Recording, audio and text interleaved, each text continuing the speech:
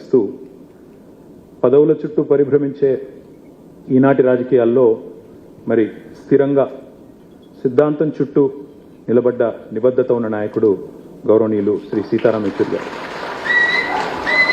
ఎప్పుడు ఏ కండువా మారుస్తారో తెలియని ఫిరాయింపుల ఈ కాలంలో కడదాకా కమ్యూనిస్టుగా బతికిన ఆదర్శ నేత,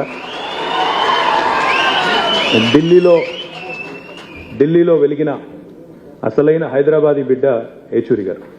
హైదరాబాదీ బిడ్డ అని ఎందుకంటున్నా అంటే మాకు కూడా పూర్వాశ్రమంలో కొంత కనెక్షన్ ఉంది. అదేమంటే వారు చదువుకున్నది ఆల్ సెయింట్స్ స్కూల్లో, నేను చదువుకున్నది దాని పక్కనే రోడ్ ఇవతల గ్రామర్ స్కూల్లో.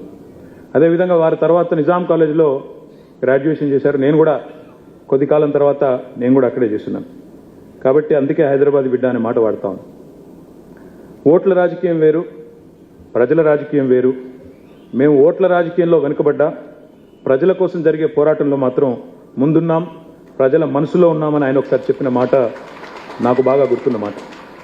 నాయకులుగా, పాలకులుగా ఉండి పోరాటాలంటే తెలియని వారు ఎందరో ఉండొచ్చు. ప్రజలంటే కేవలం ఓటు బ్యాంకులుగా మాత్రమే చూసేవారు ఇంకెందరో ఉన్నారు.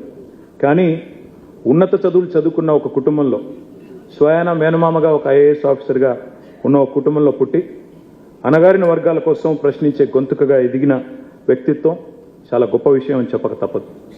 పోరాటాల నుండి వచ్చిన నాయకత్వానికి ప్రజల కష్టం, సుఖం, దుఃఖం తెలుస్తుందంటారు. అలాంటి వారిలో యెచూరి గారు ఒకరిని నేను బలంగా నమ్ముతాను.